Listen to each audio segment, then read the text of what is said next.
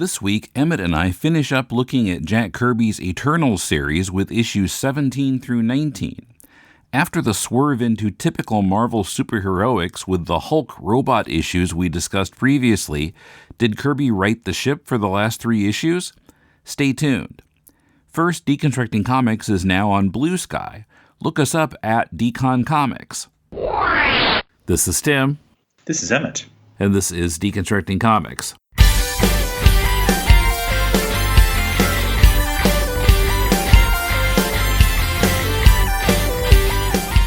Welcome to Deconstructing Comics. This is Tim in Tokyo with Emmet in country Victoria, Australia. How are you? I'm very well, Tim. How are things? Okay.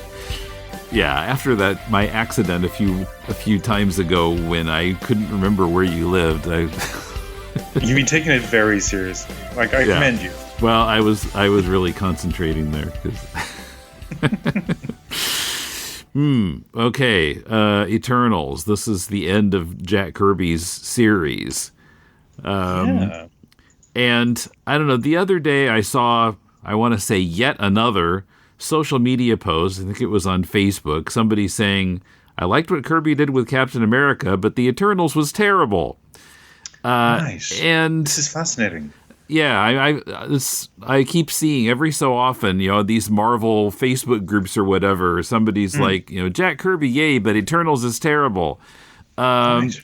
And I don't know. I mean, the first 13 issues and the annual we enjoyed quite a bit. I think since then it's been kind of iffy, but I'm still been trying to figure out what it is that a lot of people don't like about this series. I would say that I think a fair criticism to make would be once you start going down the Chariots of the Gods road, you almost immediately run into some dodgy race stuff, because the whole implication of Chariots of the Gods is that these ancient civilizations that permanently didn't feature white people couldn't possibly have built this structure, couldn't possibly have had the sophistication to have cities in this period of time because Europeans weren't there yet. So so aliens must be involved. And there's a contemporary movement that seems to be re-embracing that whole ethos, which is really bizarre. Like Netflix is making documentaries about it. A lady who makes my coffee was raving to me about it the other day, and my face, I must have Tim, I should never play poker, but my face must have had this violent reaction because she just froze. There's a moment of anger on my face, I assume. Okay. And, so that is potentially. Yeah, but I think here's my point. I don't think anybody saying shit about the Eternals today gives a toss about that. Not a single person. No, I think it's a much more fanboyish reason. Absolutely. It's not kind of scratching the Marvel Jack Kirby itch for some people. Maybe they think it's boring or sure. I don't know. Weird. It's weird and strange. Yeah. And I'm still coming back to the idea that there are too many characters. And part of that is that, we have not seen Thena, Carcass, or the Rejects since the annual. And we get into this, and pretty much all the other Eternals are gone now, too. We see Makari, we see Ikaris is kind of the main character in these 3 issues. We see Cersei a bit, and the 2 humans, whose names don't come to me right off, and and Zurus.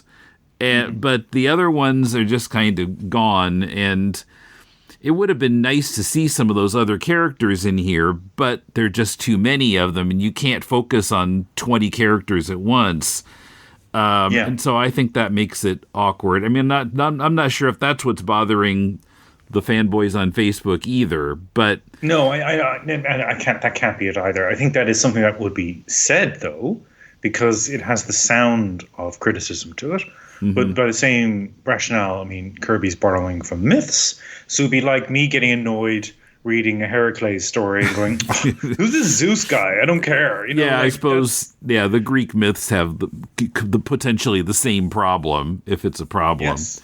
Pantheons, if you will. The Pantheon problem. But no, I don't take that on board. Now, hey, it's a question of taste. people might not just like it. That's fine. But what I think you're identifying, I think what I've encountered in the past is this sort of punching down ethos. Because Eternals is the weird one, so let's make fun of it and And I'm saying, have you actually read it? Because it's a stymied series. We talked about that in the last episode. It's certainly curtailed in terms of what it could have been. Yeah, but I think there's so much potential here, and there's so much interesting stuff going on that I wouldn't. When I heard that they were going to make a movie, we're eventually going to have to review this movie, Tim. I think I want to do that as soon as possible after we record this. When I heard they were making a movie of the Eternals, I was like, well, that makes perfect sense. I mean, absolutely. You pretty much have a blank slate because, outside of Kirby and Walter Simonson and, laterally Neil Gaiman, although we don't talk about him, there is a sense of, there's potential here. There's something here. So I can absolutely see a filmmaker going, great, let me add that. And then we got what we got. And Kirby, when you go back to the original work at the very beginning of the Eternals, it's very warm. It's weird. It's funny. It's goofy. Cersei's a delight. It's my consistent review in every episode. Including in this set of issues that she doesn't appear enough. I like Cersei. Yes. Give us the Cersei series, Jack Kirby. Cersei series, and she's not the boring afterthought that they made her in the Avengers comics, where she was basically a bit of a sex kitten. I was thinking, dull. This is her having fun. And I really feel that anyone dismissing this series out of hand isn't giving it its due. Yeah. Yeah. We enjoyed the part where Jack was just able to run free, do whatever he wanted to do. Those were some pretty good issues. Now he's coming up on cancellation here, issues 17 through 19, and so I'm not sure why he decided to go the direction that he did here. I didn't find it so interesting. Okay. It felt the stories felt like they were kind of repeating themselves, like one page to the next page. It felt like kind of the same thing, that it didn't really feel like it was progressing somehow. Yes, we don't have the timeline down, or at least I don't, in terms of when word was received that this was being cancelled in terms of the production of the issues. But it may have been that, towards the end, there was a sense of, you don't really need to fuss this that much. Just get it out the door. And he never does get back to the Unimind. What was that all for? Did they decide what to do about the Celestials in that meeting? Did any subsequent creator ever come back to that idea? I wonder. That's it. And was Druig's plot that we encounter here, was that somehow inspired by what was discussed? Is there, what happened there? Or was I that would be curious.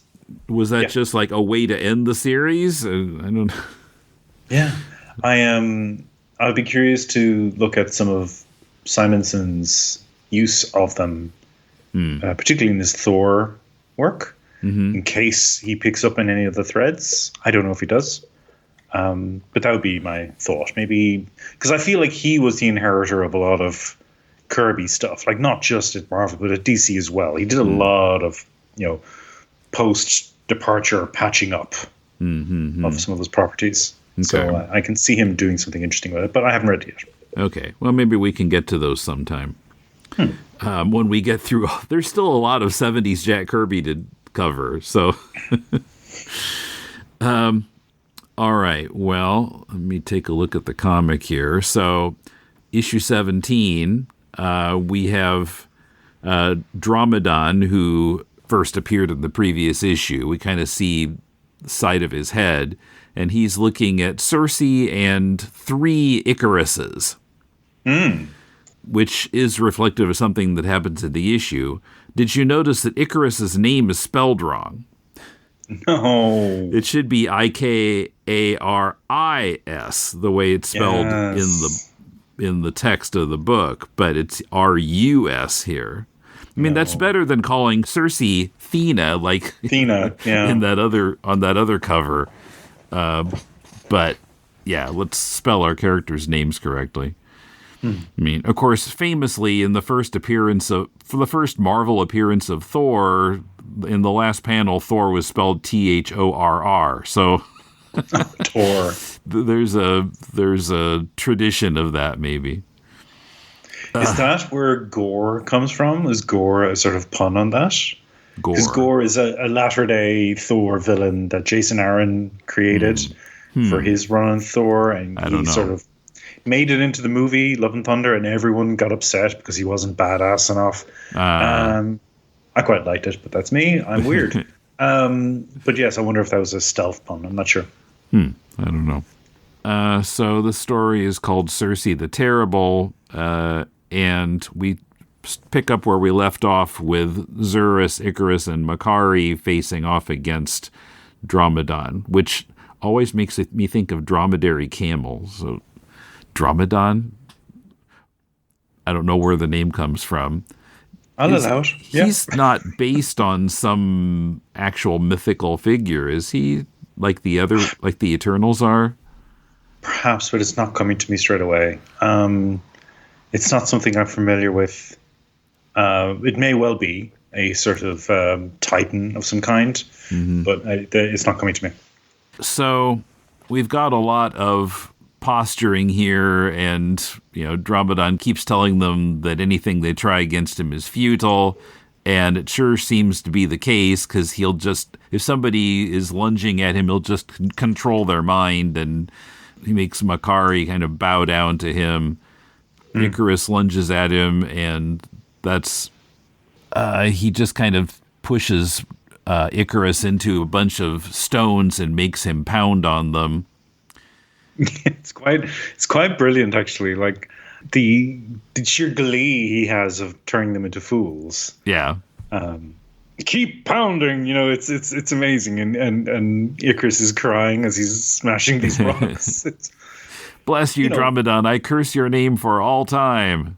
Yeah, I mean, again, if you're going to look at these comics and talk about how strange they are, or uninteresting, which I assume is the real criticism, I find what is interesting of them to me is that they keep subverting these characters. Like Ikarus is strength and power personified, and in this storyline, we see him humiliated a couple of times, which I think is interesting. It's an interesting approach. So then there's a crash, and I'm not quite sure what's making the crash sound, but Xurus has melted the stone floor under Dromedon, and he's sinking into it, and he sinks up to his neck, and then the rock hardens, and Xurus is going to try to put that helmet on him that will control his, keep Dromedon under control, but before he can get it on him, then Dromedon launches a mind attack, and Xurus has like spikes coming out all over his body.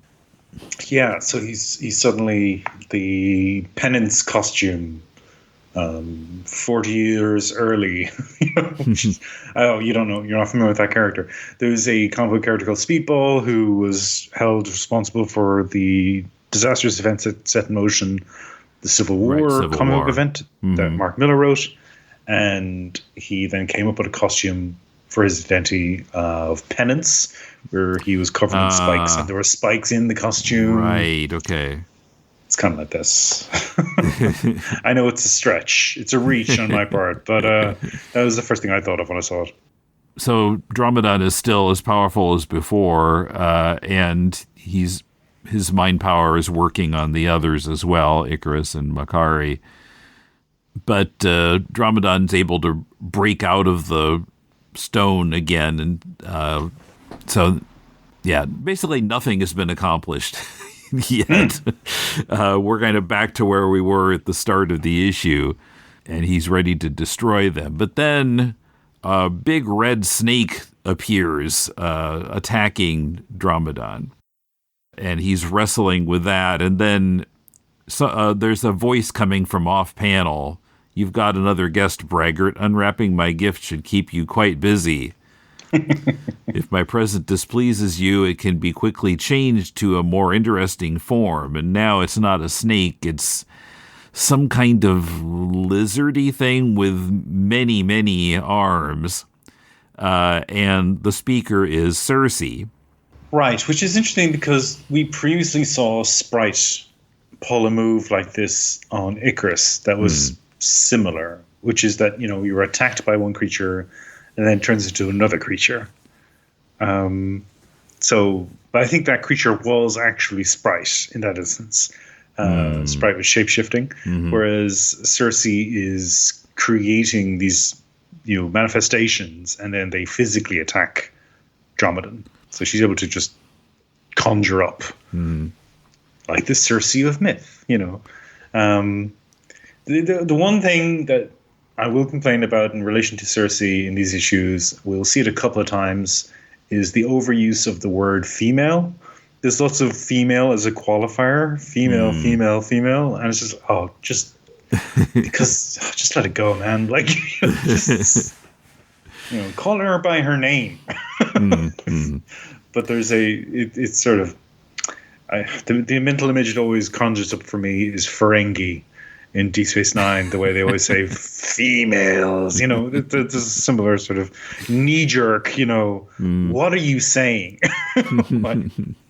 But no, she enters the fray and she's taking the battle in a different direction. She's not just punching or trying to overwhelm him with force. She's trying to take him by surprise, which I think is and the guys are telling her to get out while she can because it's too dangerous with the mind control. Yeah, foolish female, you tarry too long, says Ikarus.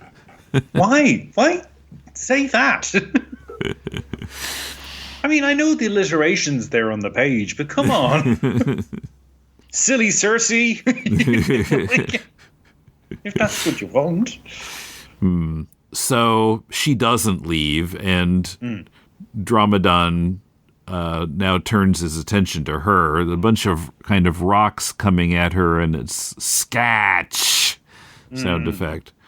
She tries to attack him with some bolts from her hands, but then he sends a mental probe at her, which is causing her pain in the head. I mean, we do need to, give her flowers because, I was at maximum power. I can not only fashion monstrosities from molecules, but make a boar from a boar such as you, which is, again, a reference to the Odyssey. Okay. Yeah, I wanted to mention that wordplay there. Make a BOAR from a BOOR. Yes. It's beautiful. It's lovely. She's having fun. So, of course, she's angry. She says he'll pay for that. He'll pay dearly. And Ikarus points out that while she was trying to deal with Dromedan, the rest of them were recovered our powers, we can fight again. But, Dromedan's like, arrogant Eternals, I've given you the chance to serve me, and said you've thrown it away in stubborn defiance. So, but Cersei's got a plan here that she, it's one of those like, listen to my plan, buzz, buzz, buzz, buzz, like on all the cartoons that I watched when I was a kid. So if you don't hear what the plan is, that means it's going to work. If you hear what the plan is, it's not going to work. They're in trouble. But we don't hear the plan, so we know it's going to work. And so the plan is to distract him with multiple Ikaruses, as we saw on the cover. And we see, like 5 of them or something coming at Dromedan. And he's able to zap some of them out of existence, but there are quite a few of them, it appears. So he's fighting, I guess, the real Ikarus here, and appears to kill Ikarus. Ikarus is like zipped out of existence, seemingly, and Dromedon says, Ikarus is gone, and the three of you will follow him into the limbo where I've cast him. And 2 panels later, Ikarus pops out from behind a rock and disintegrates Dromedon with his eye beams. I was here the whole time. Right. So, yeah, he was too dangerous. We had to get rid of him. Too dangerous to live. This was the only answer. And, yeah, Cersei says, I'm glad to see this party end. There's other parties she will be down for, but as we'll see in the next issue. But this all started with her, planning a party, and then they got distracted by the Hulk. And we got distracted by Dromedon. Because the question is, where's that Hulk robot? Well, yeah, apparently destroyed. I mean, we didn't see a body. That's the other rule, isn't it? If you don't see the body, it's not dead. Well, it's out there somewhere. I hopefully there's no return of the Hulk robot in subsequent creators' versions of the Eternals. It's got half its face hanging off, and it's got a metal jaw underneath it. Oh, I'm from MIT. Not that MIT, the other MIT. And they get to talking about Ikarus and the other, polar Eternals. Yes. So we've been introduced to this concept previously when we saw the Eternals disguised as Soviets. That there's the polar Eternals, and they're from the polar region. That's typically where they are. So they've found their way into Soviet nations, and that's where they've adopted personas. And Ikarus is one of them, but he's more in the court of Zurus. He's sort of is like the in the mythological terms, the hostage or the adopted son. But I feel as if this is all just here in this page to set up the next story, obviously. Yes. But also for Kirby to go, okay, also, this is other tribe. I guess we're just going to talk to them now. Yeah, it's kind of a reminder because some of this has been talked about before, and Ikarus's father, Vulcan. And, yeah, then Zurus says, mighty Vulcan and his sons are forever welcome at my side. And Cersei says, you forget Druig, sire. I wouldn't invite him to anything but a hanging. And so then for the last page and a bit of this issue, we join Druig talking with Sigmar, who's kind of a wizard. And he's Druig, I want to say Druid. Druig is demanding to know, well, we're not quite sure yet at this point what it is that he wants to know. But he wants to know about some kind of weapon. And Sigmar says, a weapon too complex and too dangerous to control. So, did they talk about what the reason is here? Well, we might as well, spoiler alert, I don't think it's mentioned in this issue, but it's a weapon that was used in the past to kill a Celestial. And Druig wants to use it against the Celestials who are here now, and Sigmar says it's too dangerous, and it's been kept kind of a secret, and Sigmar wasn't supposed to tell anybody.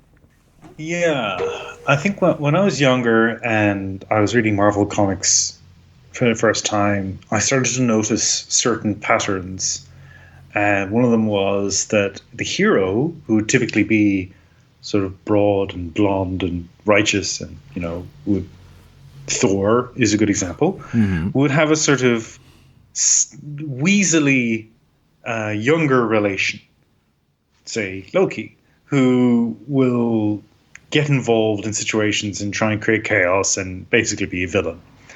And then you had Inhumans, and you had Maximus and Black Bolt, and then you have the Eternals, and you've got Ikarus and Druig, who aren't. I think they're cousins. They're not cousins. Brothers. They're cousins. Right. But again, it's that similar close relationship and rivalry and resentment that's built into that. So yeah, he fits that type. He's the one who feels he's owed a kingdom, or he's owed respect or he's owed power, and everything follows from that.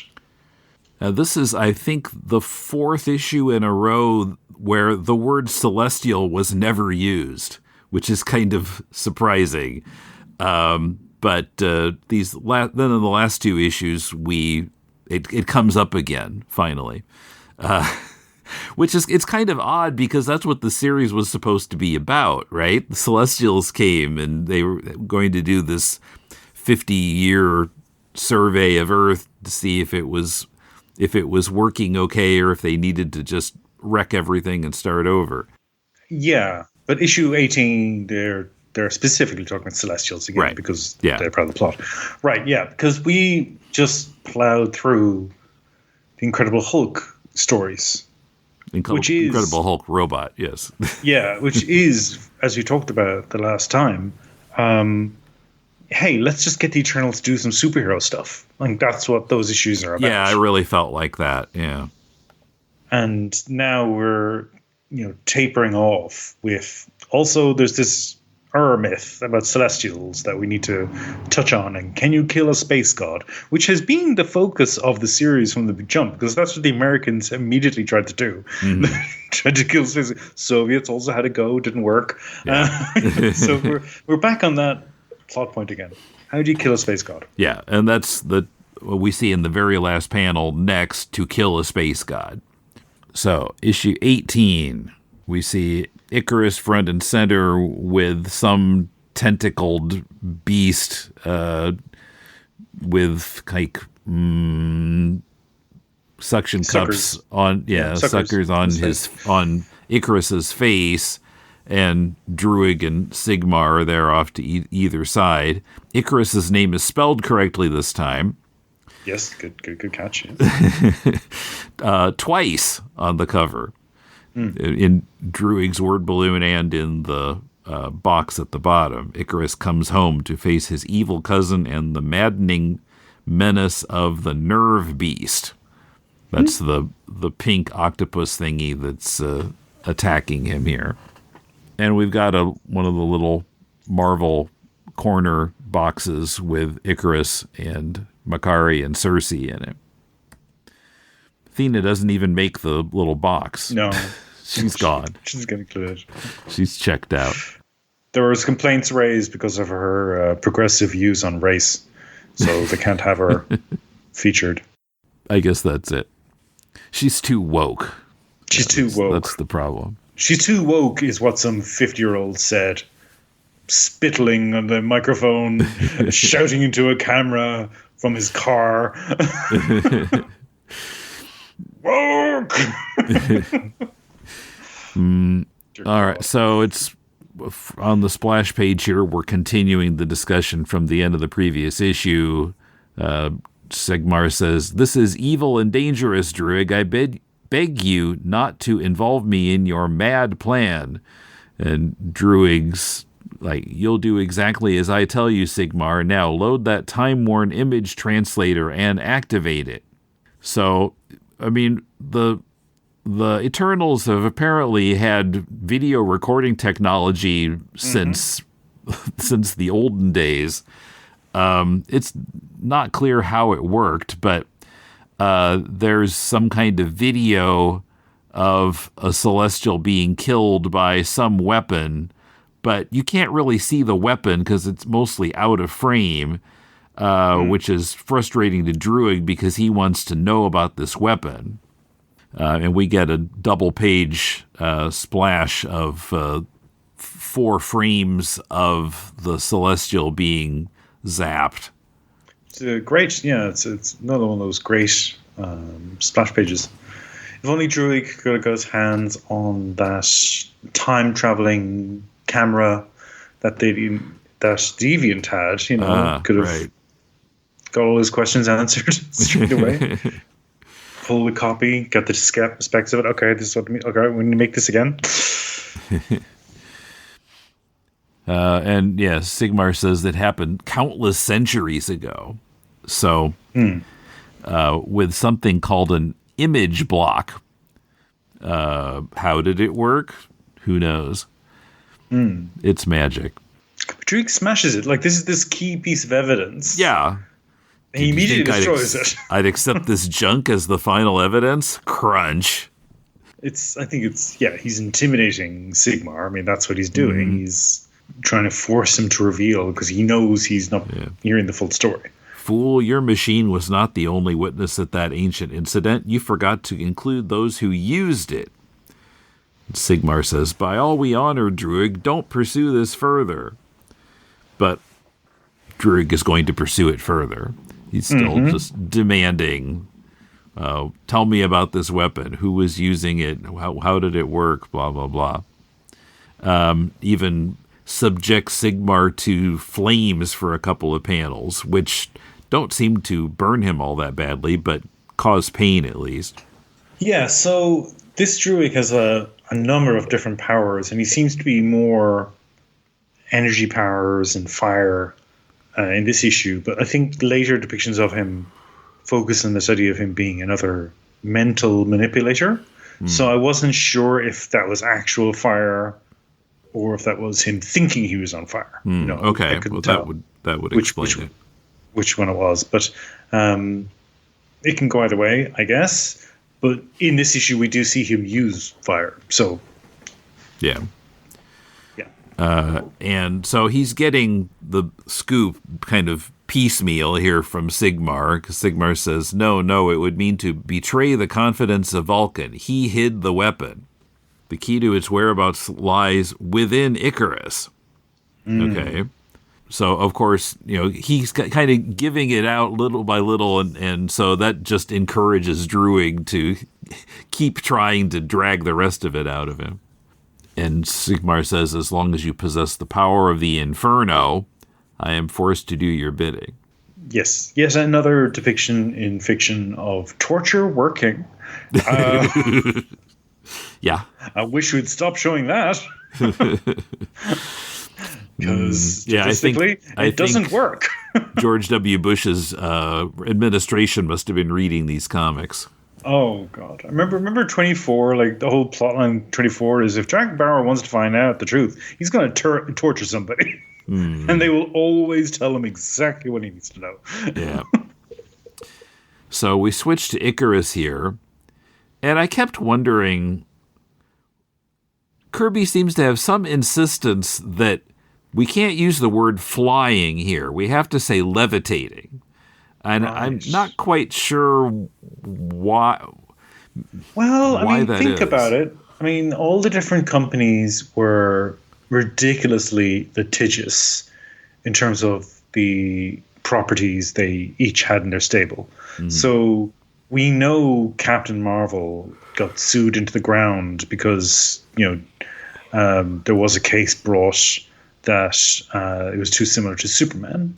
So I wonder if creators from that generation were a little gun-shy about putting literally anything in writing that would maybe lead a particularly scurrilous lawyer and easily convinced judge to side with, oh, well, obviously this is Superman again. I mean, Ikarus is somebody who flies, has eye beams, is super strong, and he's an alien. Now...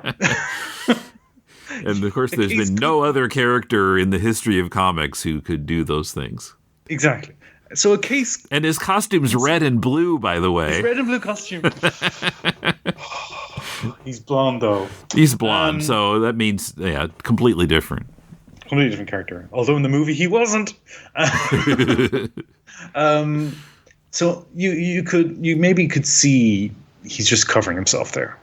I think it's an interesting observation, Tim. It's a good point to raise because, it's such a strange... Why can't you just say flight? Well, maybe because they had seen this go down already.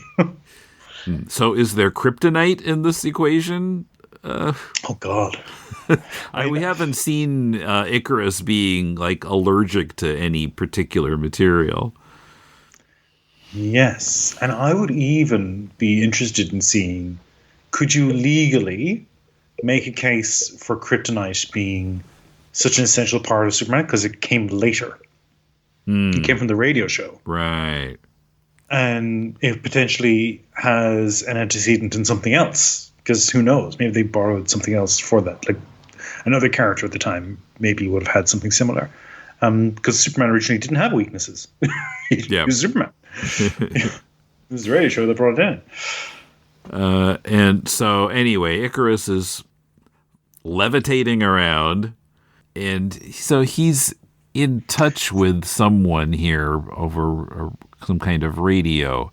I've checked out this television camera, and I'm ready to send pictures. Okay, so he's approaching the Celestial, who's said to be 2,000 feet tall. Now, here's where I thought this was going. And I was very sorry to see it didn't go this way. I was hoping that we were going to see in this story a 1970s anticipation of present-day cops having to wear cameras on their... body cams, yeah. Body cams. And because... it's the whole point of him wearing this gear is he's transmitting imagery of a celestial from up close. And I was hoping we were going to get an entire issue of the U.S. administration watching this live feed of Eternals fighting and all this stuff being transmitted back to them, and they're going, "Oh my god!"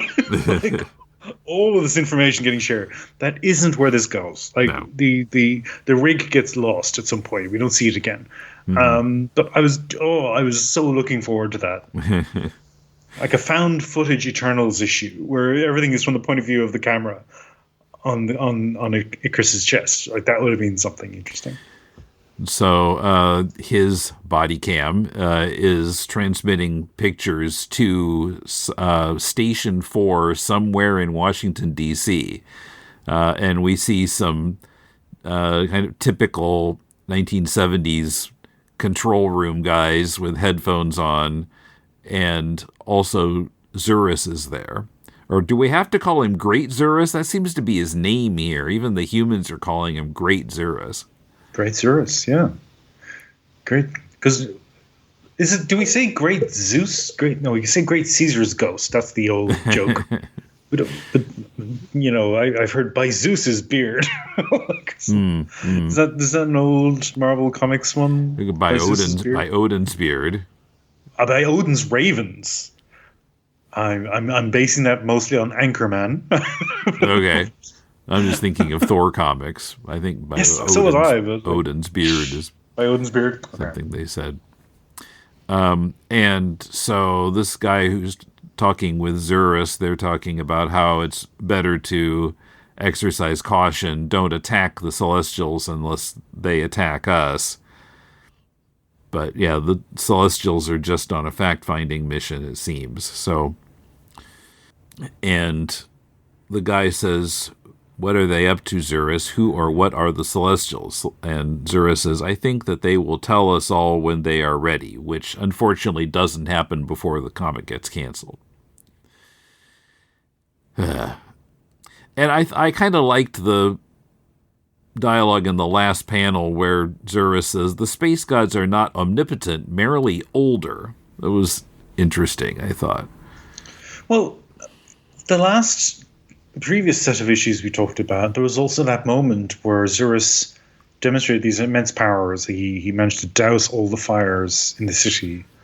And then the comment he made was, "It took me a long time to learn how to do that." It is interesting. He keeps setting limits on this divine power. It's like, no, I can't just wish it. It took effort. Yeah, and it's interesting because, Kirby was so interested in doing comics about gods. Multiple times he put together sets of characters who were gods. But, yeah, in this case, they're kind of gods, but, there are limits. And they have the Arthur C. Clarke cliche again. It's the line about sophisticated technology is indistinguishable from magic, because the other thing we've noticed with our Kirby reading is he's really bad at magic. He's really bad at it. He's really bad at depicting the demon occult systems. He just doesn't seem to understand it. So everything comes back to science and technology, like every time. And he gets that. So he's a materialist. Like at his core, I feel he's a materialist. Yeah, the gods have machinery. They have like devices rather than internal. And is the levitating, is that also brought about by some kind of device? I mean, what we get to with Marvel Comics and the Eternals is we are eventually shown that they're basically robots. They're basically artificial entities. That's where other writers in the future land on. Huh. So I think levitation does suggest a sort of technical function. Whereas flight implies power. Right. So you can almost see that, like, again, that difference of degree he's introduced just with that wording choice. Yeah. Coming up, all the other Eternals fall away and let Ikarus handle the grand finale. First, I'd like to thank our patrons for helping to keep the show going. You can pitch in by pledging at least $2 a month at patreon.com/deconcomics. You like cheap comic books, right? Well, I'm Professor Allen, and I talk about cheap comic books on the Quarterbin podcast. In every episode, I'll dissect a single comic from my collection, as long as I paid no more than 25 cents for the issue. Forget about $4 new comics that you can read in 4 minutes, or crossover events that can cost $100 to collect. Join me in the Quarterbin, where even bad comics are a bargain, and good ones are a steal. The Quarterbin podcast is part of the Relatively Geeky Podcast Network. Visit us at relativelygeekypodcast.blogspot.com or search Relatively Geeky or Quarterbin Podcast in iTunes. I guarantee it'll be worth every penny. Okay, so Cersei comes in with Makari, and also Sam Holden and Margot Damien for like their only appearance in these 3 issues. And they're introduced by name, and they're there to accompany Cersei and Makari. And I get the impression that not only has the comic forgotten about why they're there, I think they've forgotten about why they're there. Like, why are we still here? Just following them around from place to place. Yeah, we don't have jobs or anything. We just kind of follow the Eternals around. They got kidnapped. We're Eternals groupies. They were in a be-in, and it's like they're in a cult now. It's like, okay, I guess we're just going to go on the road with the cult. Yeah, and Margot doesn't talk about her dad anymore either. He's now trapped in that place we saw early on, doing his research. With those G-men who've been miniaturized into little figurines or something. They were in like little container. They're still there too. Like we never found out what happened to them. So many loose threads. But Cersei's getting bored, and so the guy who was talking with Zurus before is Mr. Bradford. And he says, well, ordinarily I'd rather throw a party, but... And Cersei said, did you hear that, Makari? He'd like a party. Makari says, a sound idea. And so within 3 more panels, Cersei has whipped up a hoedown. Oh. They're going to do-si-do. And she's square dancing with Makari. Everyone's just enabling Cersei at this point. Yeah. Yeah, Cersei, you're so cool. What a wonderful idea. I feel like she's the mean girl.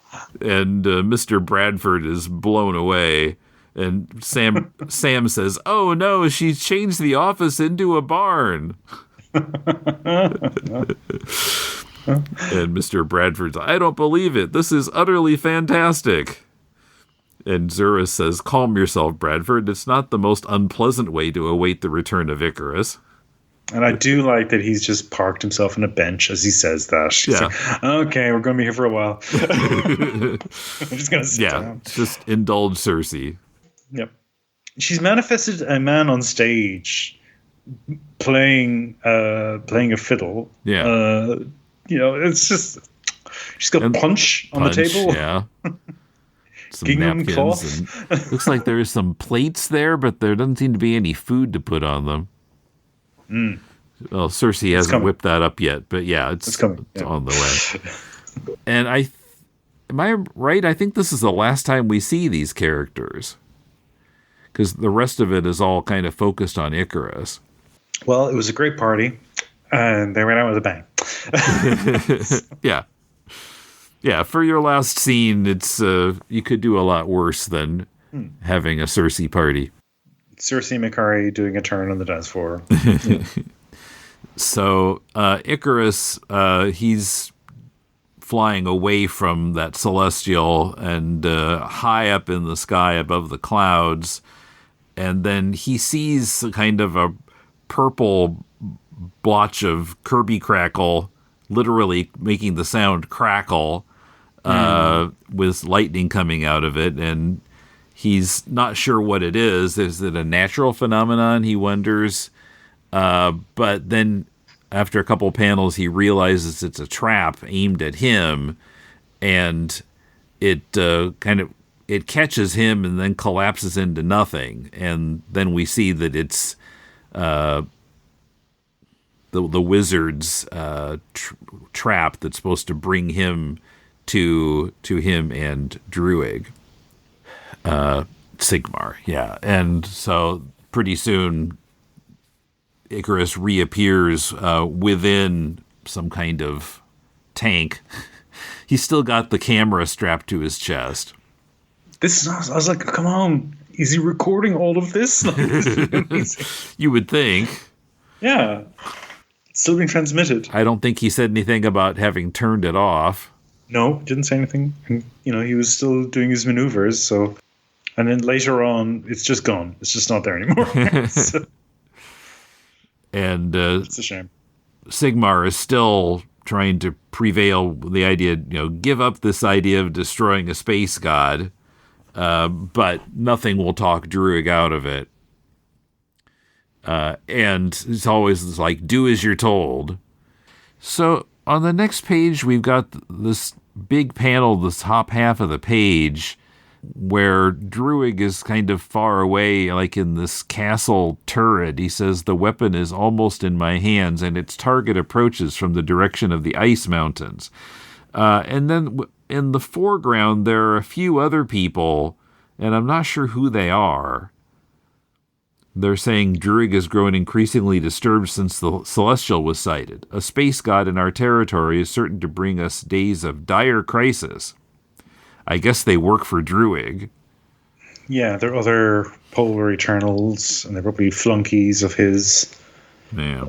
Again, I feel like there would have been all these stories about, rival courts. And maybe that's what the Unimind incident was supposed to show, was that there's so many Eternals, and they're from all these different cultural backgrounds. And that was just seeding that idea that, I can tell all of these different kinds of stories because I got so many characters.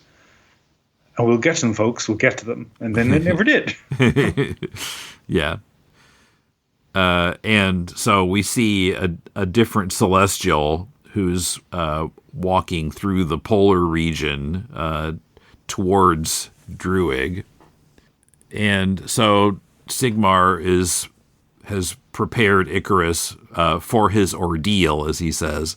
And they go downstairs, and we see Ikarus is on this table that's kind of tilted up. Examination table, I don't know. I assume that he's strapped to it. It can't really tell from these panels. Well, yeah, later on the next page, it does look like there are shackles on his arms, maybe. I don't think those are his gloves. Of course, Ikarus is defiant towards Druig. He doesn't want to tell him anything. And in fact, he bites Druig's finger. So then we see that purple beast. What's this thing called? The neural beast. Nerve creature, nerve monster, nerve beast. Yeah, here he calls it the neural beast, Neural. And it attaches itself to Ikarus's skull, which causes a lot of pain, which is, again, torture that's supposed to get the information out of him. But in this case, it doesn't really... Well, Ikarus doesn't tell him anything, but it causes a symbol to appear on his forehead, which is a triangle with a couple of wavy lines through it. And Druig says, the weapon I seek is hidden in the Pyramid of the Winds. I've won, Ikarus. And next, a fight to the finish in the pyramid. Yeah, so a lot of front-loaded detail, a lot of setup that we, with the benefit of hindsight, know is not really going to go anywhere. I was starting to feel, just in isolation, reading issue 18, I was like, oh, Kirby's on the upswing again. Like, this is, I mean, the hoedown scene was delightful for one, but I was like, okay, we're going somewhere with this. This is great. And now we're on the last issue.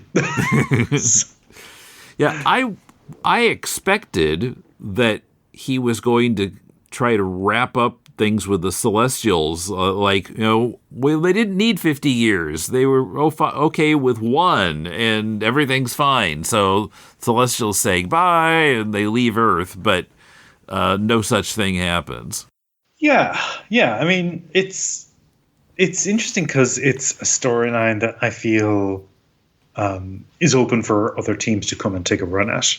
Mm-hmm. So I almost feel like, Kirby is not going to give you an easy ending. It's like, look, it's there. If you want to use it, it's there. I mean, when he said it as being a 50-year thing, I mean, he couldn't have thought that he would even live long enough to see that out. Not many comics make it 50 years, other than the big ones, Superman, Spider-Man, whatever. But, so could the book even survive that long? But I guess he thought, the property would anyway, and they'd try it again later. We've talked about this as well, that, like, he would be taken on by these companies that were fighting over him like a piece of meat, Marvel and DC. And what we've heard is that his idea was to set up a property and then hand it over. And then the powers that be didn't want that because they're no, your name is what sells these strange comics. So we're not going to get other people to write them. Right. Yeah. DC said, nope, you're doing these books yourself. You're not just making up the ideas, you're executing. So, issue 19. The end of the Eternals, and Earth as well, all answers lie within the pyramid. And Ikarus' name is spelled wrong again. We're too late, Ikarus. What your mad cousin Druig has unleashed, no living being can stop. And we see Ikarus and Sigmar and a pyramid with all kinds of Kirby crackle around it and big rocks in midair. Then on the first page, so Ikarus is now like in a steel box. And on this first page, his hands are sticking out of the holes in the top of it, which I thought he was shackled there, but it turns out he's not, because later on we see him like moving around in this box and using his hand. So he just sticks his hands out here for dramatic effect or something. Yeah. Let me out. I'm stuck in a box. Living in a box. Living in a steel box. His favorite song. And Ikarus is trying, just like Sigmar, to talk him out of this idea of destroying a space god. If you destroy space god, his companions will shatter this planet and all who live upon it. Humanity will perish, Druig. But Druig's mind is unchangeable, as we've already seen. So Druig is going to head out and to find the Pyramid of the Winds, and he thinks that that's where he'll maybe find the weapon. And he's got this cool ice runner vehicle. It's got 3 like big, huge ice skate type blades on it. I'm not sure what powers it. Does it have an engine, or couldn't be wind powered because there's no like sail, but it seems to have a propeller at the front. So I don't know if it's generating wind force. Yeah, it's not really clear how it's moving, but But it's impressive. Cool looking thing, yeah. Yeah. And so he has to hurtle through a savage windstorm to get to the pyramid. And he does so.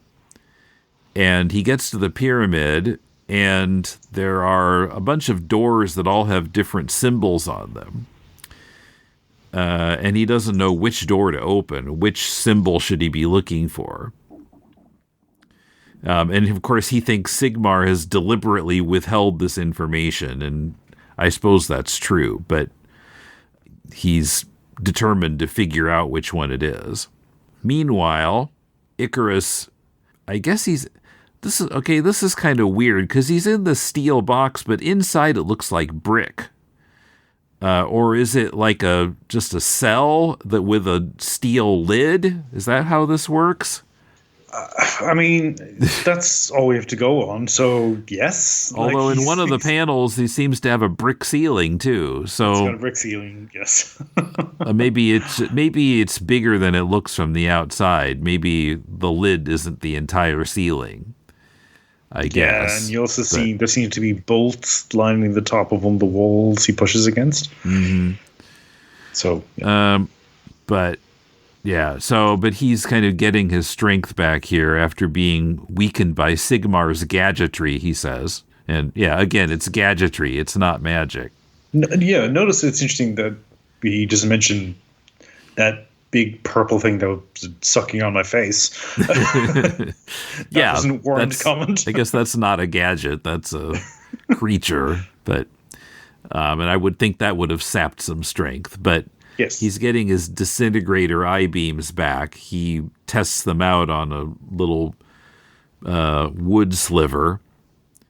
And then he uses them to weaken that steel roof enough that he can tear it apart with his hands. And so now that he's free, he's able to push Sigmar into teaming up with him. And so now they're headed off for the pyramid. And they see the huge purple celestial. The giant is moving in the direction of the pyramid. Yes. We'll never, in this series at least, get to know just how aware the Celestials are of all that's happening. Like, it feels like he's forcing this confrontation. Mm-hmm. It is forcing this confrontation, because it's going to actually resolve itself pretty neatly at the end. Yeah. Talk about the God in the machine. Yeah, they're all fussing over it, and it's like, all right, well, let's just get this over with. I'll meet you there. So, yeah, in light of the ending, do we really need to talk about what happens between now and the ending? I suppose we can keep going here, but it is very literal Deus Ex Machina. Like, it is Deus Ex. Just done.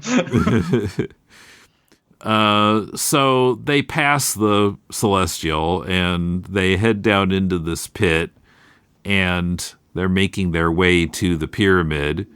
I guess this is a different route than Druig took. And Druig has found a door that had the same symbol on it that's on Ikarus's costume. So that's kind of a hint. And sure enough, that's where the weapon is, or at least there's a weapon in there. It's a huge kind of pistol thing. And just as he finds it, then Ikarus and Sigmar show up. And Druig still has this flame power. He's shooting flames at them, and they're able to levitate above it.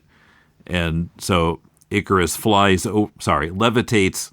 levitates over the fire and punches Druig. How about floats with intent? Okay. Propels. Yes. Sails. I don't know. There are probably other words we could use.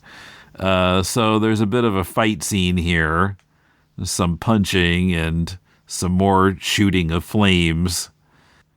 Ikarus marshals the potent mental control of matter common to an Eternal and scatters the heat electrons. At that moment, Sigmar dashes to his side.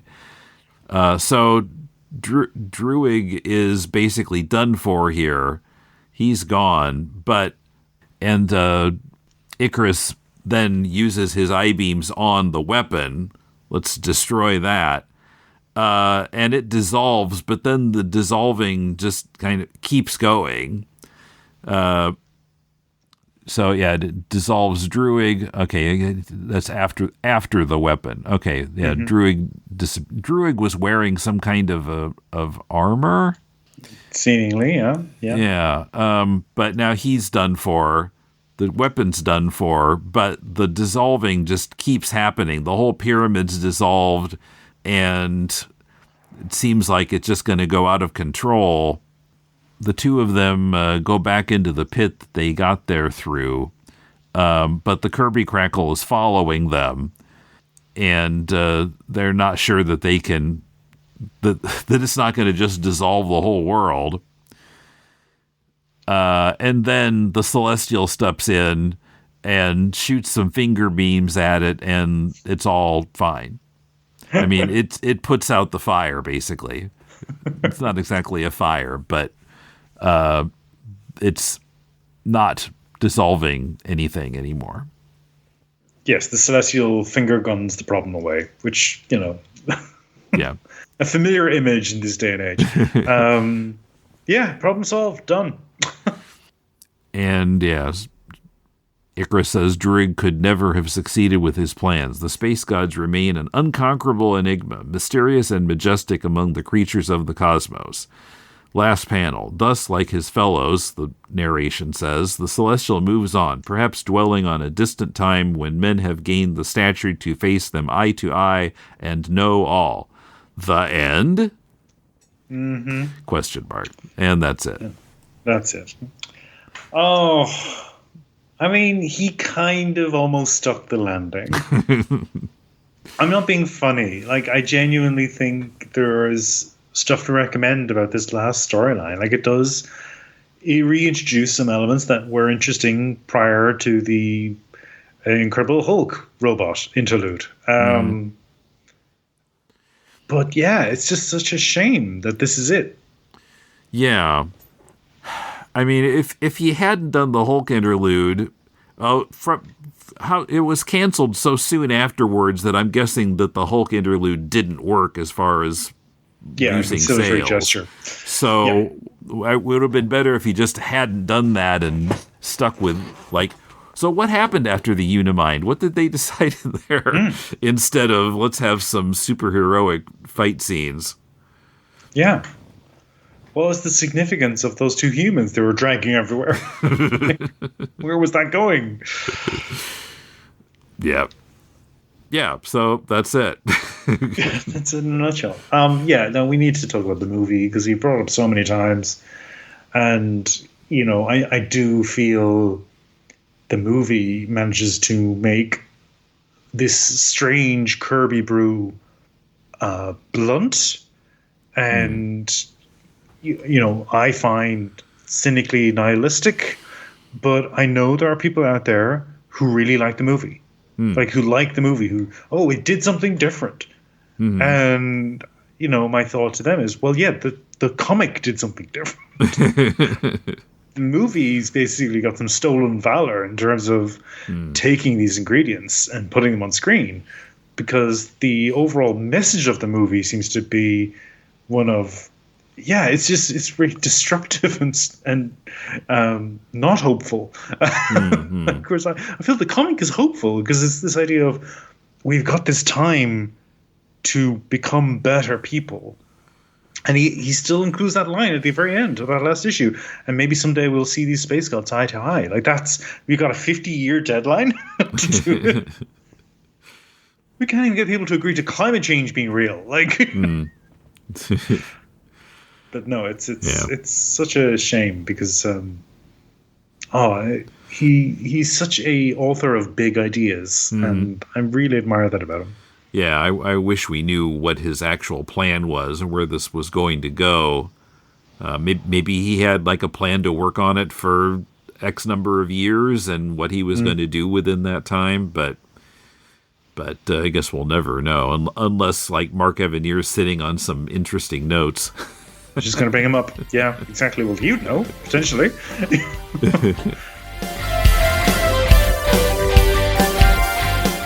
The Eternals by Jack Kirby is published by Marvel. Thanks to our patrons for supporting Deconstructing Comics, Critiquing Comics, and our other podcasts. To join them, go to patreon.com/deconcomics. Patrons get access to podcasts about the early years of The Amazing Spider-Man, Jim Starlin's run on Captain Marvel, including The Death of Captain Marvel, and coming this weekend, Silver Age Batman. But you can only hear these shows if you pledge at least $4 a month. At the $2 level and up, my brother Paul and I discuss Batman 66 in our Bat Bits podcast. Check it out at patreon.com/deconcomics. At deconstructingcomics.com, you can connect to us on X, Facebook, YouTube, and now Blue Sky. Follow the link to shop at Amazon to support the show, and find links to subscribe to the podcast. You can comment on any episode on our site, drop us a line at mail@deconstructingcomics.com, or talk to us. Click the Leave a Voicemail link on the left sidebar of our site. Are you making a comic? Send it to us and we'll do a Critiquing Comics episode about it. Our theme is by J.B. Anderton. Next week, Emmet and I at last jump into the Eternals movie. No, this isn't an old Patreon show episode with Mulele. In fact, as of the time I'm saying this, Emmet and I haven't even recorded the episode yet. Now that we've read all of Jack Kirby's original series, does the Eternals movie look any different to us? Find out next week. Till then, this is Tim, and thanks for listening to Deconstructing Comics.